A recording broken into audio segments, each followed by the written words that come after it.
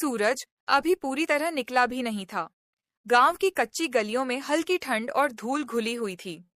रामू ने अपनी पुरानी चप्पल पहनी, फटी हुई शर्ट के बटन लगाए और बिना कुछ खाए घर से निकल पड़ा। उसकी माँ चूल्हे के पास बैठी थी। बेटा, 2 रोटी रख ली हैं, रास्ते में खा लेना। रामू मुस्कुराया, लेकिन कुछ बोला नहीं। वो जानता था घर में आटा कम है, अगर वो खा लेगा तो शाम को माँ क्या खाएगी। सुबह के 5 बजे थे, जब पूरा गांव सो रहा था। रामू खेतों की तरफ जा रहा था। दिन भर उसे ईंट ढोनी थी। हर ईंट के बदले कुछ पैसे, हर पसीने की बूंद के बदले कुछ सिक्के। लेकिन उसके मन में एक सवाल हर रोज उठता था, मैं इतना काम करता हूँ, फिर भी घर में पैसे क्यों नहीं बचते। उसी समय सड़क पर से एक बड़ी कार गुजरी। अंदर बैठा एक लड़का मोबाइल पर हंस रहा था। रामू ने एक पल के लिए उस कार को देखा, फिर सिर झुका लिया। उसने सोचा, शायद किस्मत भी अमीरों के साथ ही काम करती है। सूरज अब सिर के ऊपर था। धूप इतनी तेज थी कि जमीन भी जैसे जल रही हो। रामू ईंटों का बोझ सिर पर रखे निर्माण स्थल पर चढ़ रहा था। उसके पैरों में चप्पल पतली हो चुकी थी, फिर भी वो रुका नहीं। ठेकेदार दूर छांव में खड़ा मोबाइल पर बात कर रहा था। काम जल्दी खत्म करो, शाम तक ट्रक भरना है। रामू ने एक पल को सोचा, जो सबसे ज्यादा काम करता है वही सबसे कम क्यों कमाता है। उसके पास खड़ा श्यामू बोला, भाई, हम मेहनत बेचते हैं, दिमाग नहीं। ये बात रामू के दिल में कहीं चुभ गई। दोपहर तक उसकी पीठ दर्द से जल रही थी। उसने माँ की दी हुई सूखी रोटी निकाली, पानी से निगला। उसी समय एक कार फिर से वहीं रुकी। इस बार वहीं लड़का उतरा, साफ कपड़े, धूप का चश्मा, हाथ में फाइल। वो ठेकेदार से बात कर रहा था, बस 10 मिनट की बातचीत और हजारों रुपए की डील। रामू दूर से देखता रहा।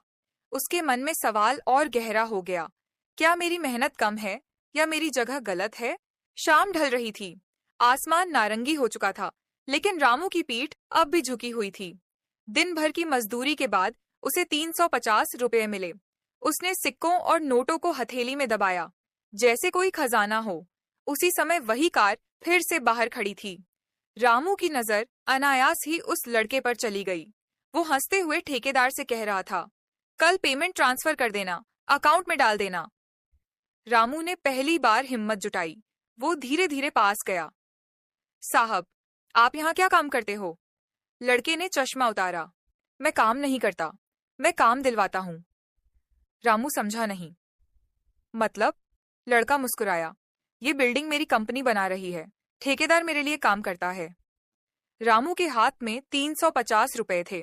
उस लड़के के एक साइन की कीमत शायद लाखों थी। दोनों ने एक दूसरे को देखा। एक के कपड़ों पर पसीना था, दूसरे के हाथ में प्लान था।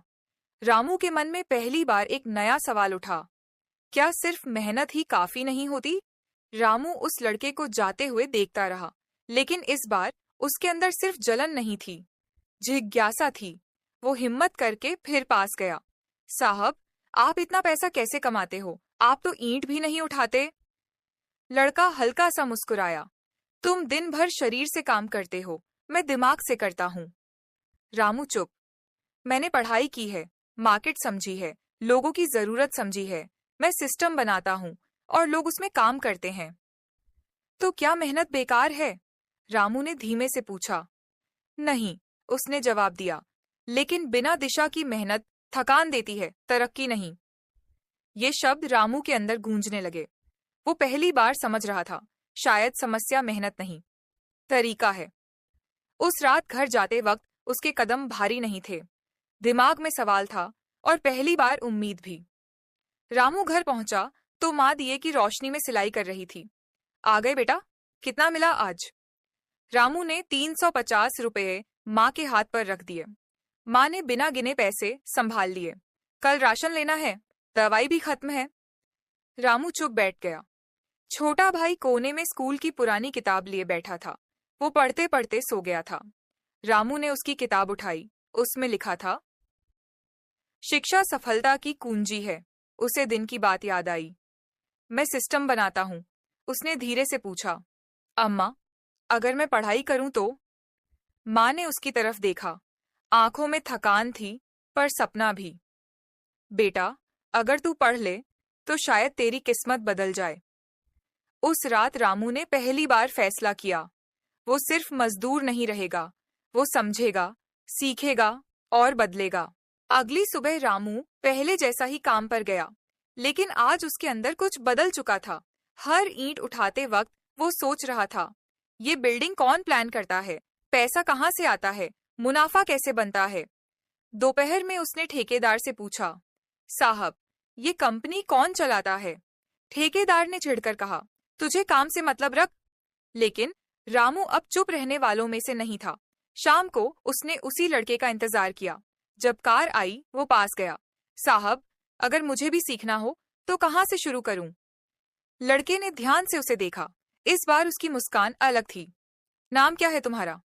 रामू। रामू, अगर सच में सीखना है तो रात की पढ़ाई शुरू करो। मोबाइल है? रामू ने सिर हिलाया। नहीं।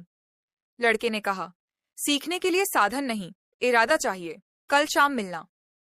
रामू के अंदर पहली बार डर से ज्यादा हिम्मत थी। उस रात रामू सो नहीं पाया। एक रास्ता साफ था, दिन भर मजदूरी, शाम को थकान, महीने के अंत में खाली जेब। दूसरा रास्ता धुंधला था, पढ़ाई, नया संघर्ष, शायद असफलता भी। सुबह जब वो काम पर पहुंचा तो श्यामू ने हंसते हुए कहा, क्या हुआ, आज बड़े सोच में हो? रामू ने कहा, अगर हम सीख लें तो शायद मजदूर नहीं रहेंगे। श्यामू हंसा, अरे छोड़, हमारे बस की बात नहीं है। यही फर्क था, एक ने किस्मत मान ली थी, दूसरा किस्मत बदलने की सोच रहा था। शाम को रामू फिर कार के पास खड़ा था। इस बार उसके हाथ खाली थे, लेकिन दिल उम्मीद से भरा था। लड़का उतरा और बोला, तैयार हो, आसान नहीं होगा। रामू ने बिना सोचे कहा, दिन भर की मेहनत से मुश्किल कुछ नहीं हो सकता। उस पल उसकी जिंदगी ने मोड़ लेना शुरू कर दिया। शाम के अंधेरे में वही कार धीरे से रुकी। लड़का बाहर आया और रामू को एक पुरानी किताब थमा दी। ये बिजनेस और पैसों की समझ की शुरुआत है, उसने कहा। सबसे पहले समझो, पैसा मेहनत से नहीं, वैल्यू से आता है। रामू ने किताब को ऐसे पकड़ा जैसे कोई खजाना हो।